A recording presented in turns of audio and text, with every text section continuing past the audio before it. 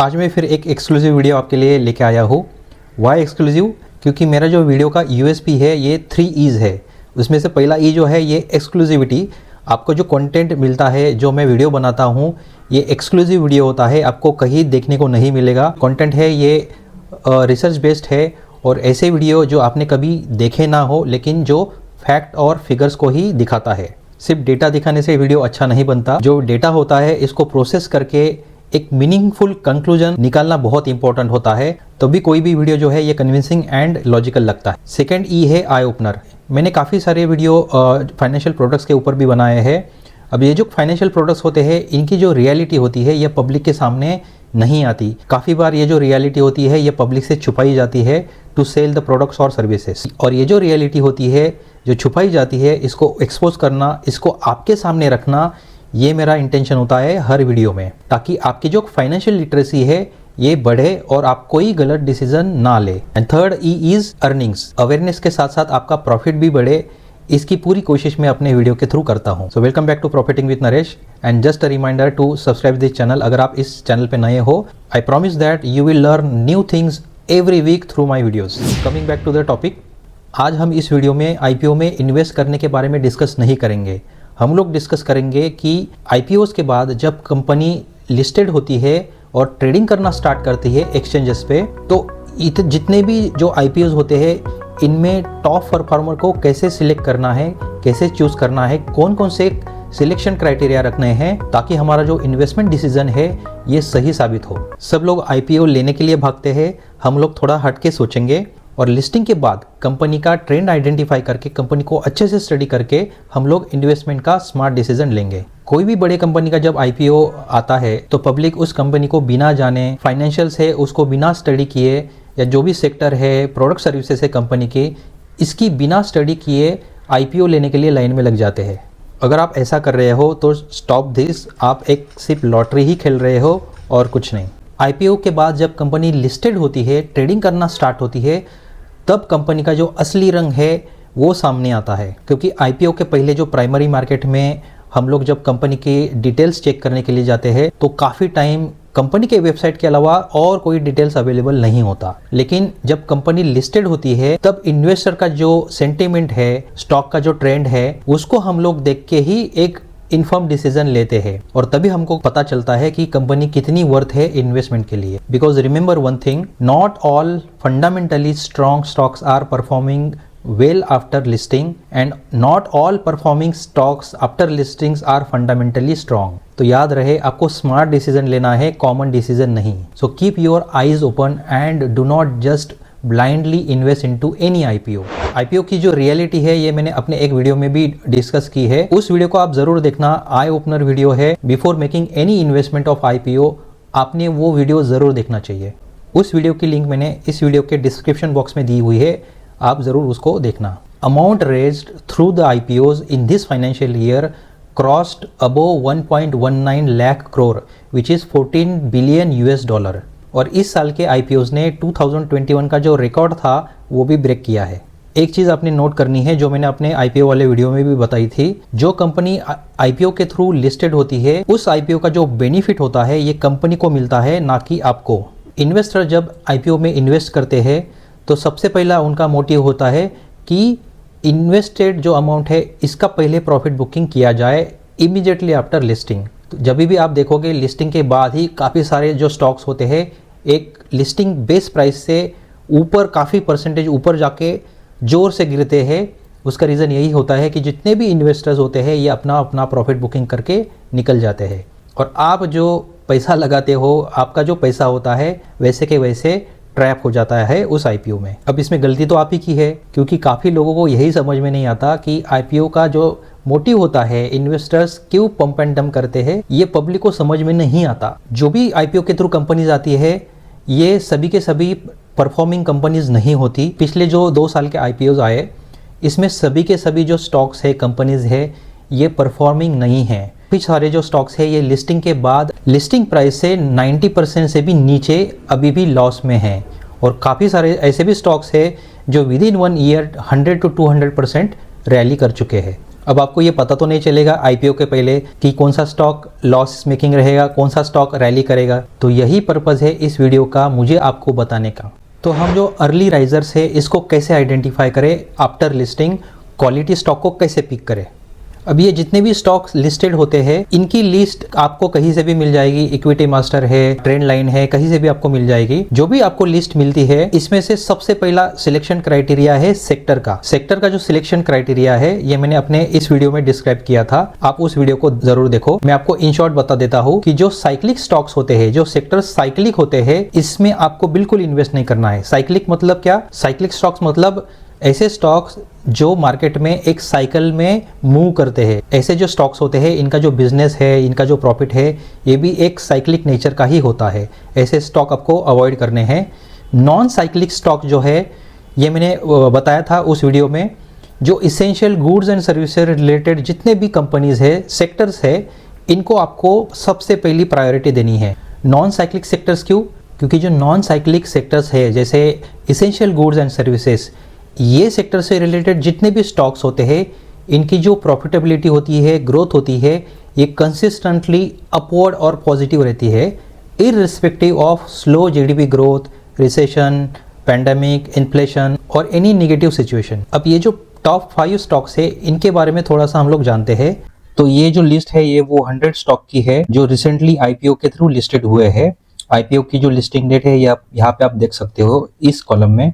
उसकी जो offer price थी ये है, करंट प्राइस ये है, और उसका जो गेन लॉस जो हुआ अब तक का आफ्टर लिस्टिंग, सिंस लिस्टिंग कितना गेन हुआ है, कितना लॉस हुआ है, हर स्टॉक वाइज इस शीट में आप देख सकते हो। अब ये जो 100 स्टॉक्स है, इन 100 स्टॉक में से 22 स्टॉक ऐसे है जो 50% से ज्यादा अभी भी गेन में ही है फ्रॉम द लिस्टिंग प्राइस। यहाँ पे मैंने फिल्टर किया है, येलो कलर में मैं दिखाता हूँ। ये टोटल जो स्टॉक्स है ये 21 स्टॉक्स है। ये 21 स्टॉक्स की जो गेन है अब तक 50% से ऊपर ही रही है। इसका मतलब साफ है कि इन्वेस्टर का जो सेंटिमेंट है वो अभी भी पॉजिटिव है इन स्टॉक में। इन्वेस्टर्स ने अपना पैसा अभी भी इन्वेस्टेड रखा है और उसका जो ट्रेंड है वो अप ट्रेंड ही दिख रहा है from the date of listing. तो एफआईआई और डीआईआई ने हम लोगों को एक हिंट देके अपना काम आसान कर दिया है कि ये जो 22 स्टॉक्स है इनमें हम लोग अपॉर्चुनिटी इन्वेस्टमेंट की ढूंढ सकते हैं और इन 22 स्टॉक्स पे हम लोगों ने फोकस करना चाहिए।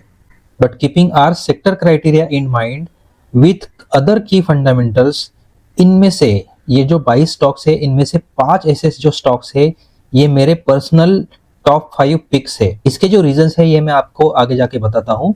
पहले ये देख लेते हैं कि ये 5 स्टॉक्स कौन से है। So first stock is Innova capital limited, second stock is DOMS industries limited, third is IREDA, fourth is Senco gold and fifth is Mankind pharma. अब आज ही एनटीपीसी ग्रीन भी लिस्टेड हुआ है।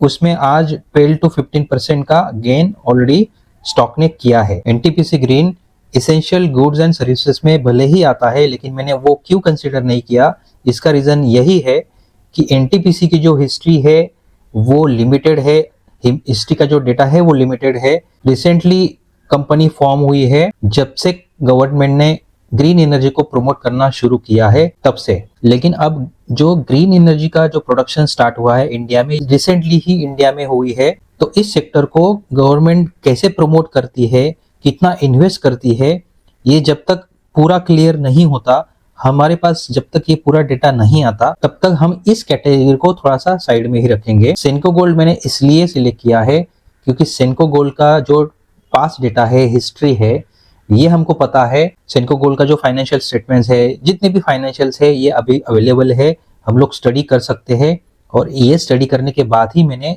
सेनको गोल्ड इसमें ऐड किया है। That's your individual choice. आप एनटीपीसी ग्रीन ऐड करना है तो डेफिनेटली कर सकते हो। फर्स्ट स्टॉक है Innova capital limited. Innova capital limited एक फार्मा कंपनी है जो essential goods and services related है। कंपनी जो है ये एपीआई मैन्युफैक्चरिंग में है। एपीआई मतलब एक्टिव फार्मास्यूटिकल इंग्रेडिएंट्स, जैसे जो पैरासिटामोल है। अब ये जो कंपनी है ये कॉन्ट्रैक्ट मैन्युफैक्चरिंग भी करती है। काफ़ी सारी जो फार्मास्यूटिकल कंपनी है इनको एपीआई सप्लाई करने का काम ये कंपनी करती है। Let's check the fundamentals of Innova capital limited.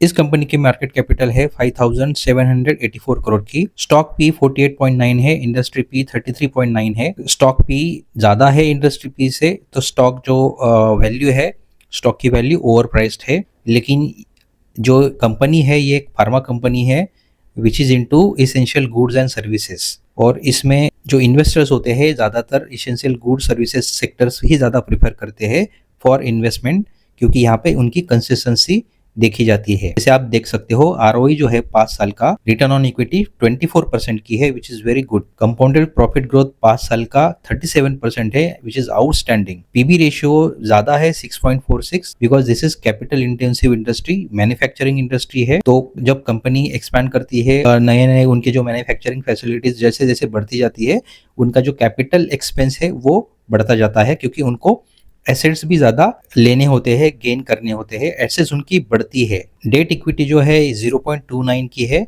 सो इनकी जो डेट है ये कंट्रोल में है। Promoters holding is more than 50 which is good. Second company है Doms industries limited. Doms industries limited एक art and stationery manufacturing, designing, developing company है। ये जो कंपनी है ये इंडिया की सेकंड लार्जेस्ट कंपनी है in branded stationery and art products. इस कंपनी का जो मार्केट शेयर है ये 29 to 30% है। Let's check the fundamentals of DOMS industries limited. Market capital company की 17,755 करोड़ की है। स्टॉक पी 95.6 है। इंडस्ट्री पी 26.2 है। इंडस्ट्री पी से ज्यादा, बहुत ज्यादा है। स्टॉक प्राइस ओवर वैल्यूड है। आरओई इसका 5 साल का अवेलेबल नहीं है, 3 साल का आरओई इसका 24% है, double digits and it's higher side which is very good sign. Compounded profit growth भी 3 साल की 190% है which is very outstanding. Consistently company grow कर रही है into educational sector. PB ratio है 19.7। मैन्युफैक्चरिंग इंडस्ट्री है तो कैपेक्स भी ज्यादा है, एक्सपेंशन होता होगा कंपनी का, तो वैसे ही इनकी जो एसेट्स है वो बढ़ती जा रही है, इसलिए पीबी रेशियो ज्यादा है। डेट इक्विटी रेशियो 0.23 है। डेट अंडर कंट्रोल है। Promoters holding is 75% which is positive sign. Third company है IREDA। IREDA मतलब Indian renewable energy development agency.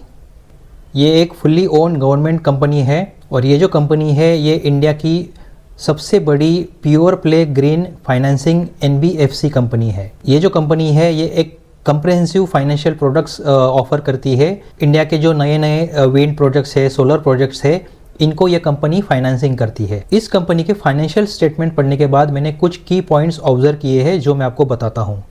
सबसे पहले इस कंपनी का जो पैट है, पैट मतलब प्रॉफिट आफ्टर टैक्स, ये 44.83% से बढ़ रहा है ईयर ऑन ईयर। इस कंपनी की जो नेटवर्थ है ये भी इस साल 44% से ग्रो हुई है, और इसी की वजह से जो रिटर्न ऑन नेटवर्थ है ये 14.34% से इस साल में बढ़ी है। दैट इंडिकेट्स कि ये कंपनी अपना जो इक्विटी है ये एफिशिएंटली यूटिलाइज कर पा रही है।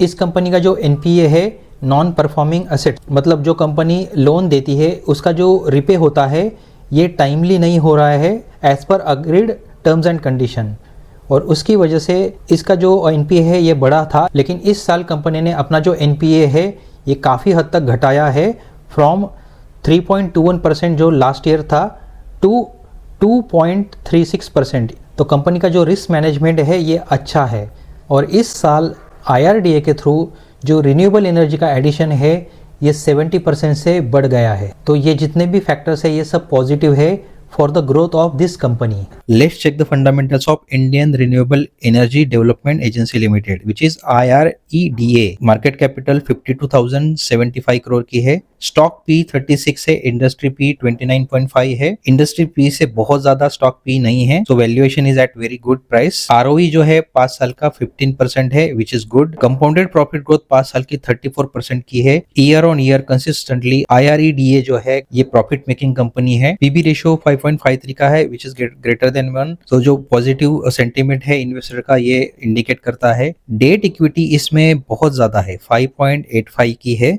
इसका मेन रीजन ये है कि जैसे जैसे क्लीन एनर्जी का डिमांड बढ़ता जा रहा है वैसे वैसे IREDA जो है ये अपनी बोरोइंग गवर्नमेंट से बढ़ा रही है। सोलर प्रोजेक्ट्स, विंड प्रोजेक्ट्स और अदर रिन्यूएबल जो प्रोजेक्ट्स है इसमें कंपनी हेवीली इन्वेस्ट कर रही है। गवर्नमेंट का जो रिन्यूएबल एनर्जी का गोल है उसको फुलफिल करने के लिए कंपनी डेट फाइनेंसिंग बढ़ा रही है, लेकिन कंपनी ऐसे बड़े और इम्पैक्टफुल प्रोजेक्ट्स में इन्वेस्ट कर रही है तो उसका जो पॉजिटिव इम्पैक्ट भी फ्यूचर में हम लोगों को देखने को मिल सकता है। फोर्थ स्टॉक है सेनको gold.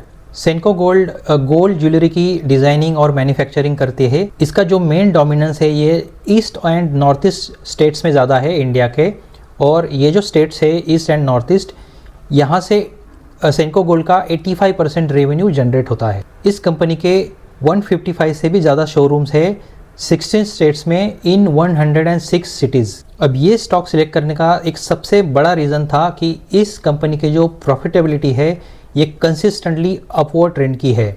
Let's check the fundamentals of Senco gold. Market capital 8,961 crore की है। स्टॉक पी 41 है। इंडस्ट्री पी 39.2 है। इंडस्ट्री पी से ज्यादा नहीं है, इसलिए जो स्टॉक प्राइस है it is at fair value. ROE 5 साल का 17% है which is good. CAGR growth rate 5 साल का 20% है, डबल डिजिट है, तो इसलिए ये भी पॉजिटिव है। पीवी रेशियो ग्रेटर देन 1 है, 6.22 है, क्योंकि ये जो कंपनी है अपने एक्सक्लूसिव जो शोरूम्स है ये बढ़ा रही है अक्रॉस इंडिया। अब धीरे धीरे कंपनी का जो फोकस था, पहले जो नॉर्थ ईस्ट और नॉर्थ रीजन में जो कंसंट्रेशन था सबसे ज्यादा था कंपनी का, अब कंपनी दूसरे स्टेट्स में दूसरे रीजन्स में भी अपना जो बिजनेस है वो एक्सपांड कर रही है। उसके लिए नए नए जो शोरूम्स है ये ओपन हो रहे हैं, उसके लिए जो इन्वेस्टमेंट है वो लग रही है कंपनी को, इसलिए PB ratio is at higher side. Debt equity 1.31 की है। बोरोइंग बढ़ रही है क्योंकि कंपनी एक्सपैंड कर रही है। प्रोमोटर्स होल्डिंग 67.5% की है, ग्रेटर देन 50% है, तो विच इज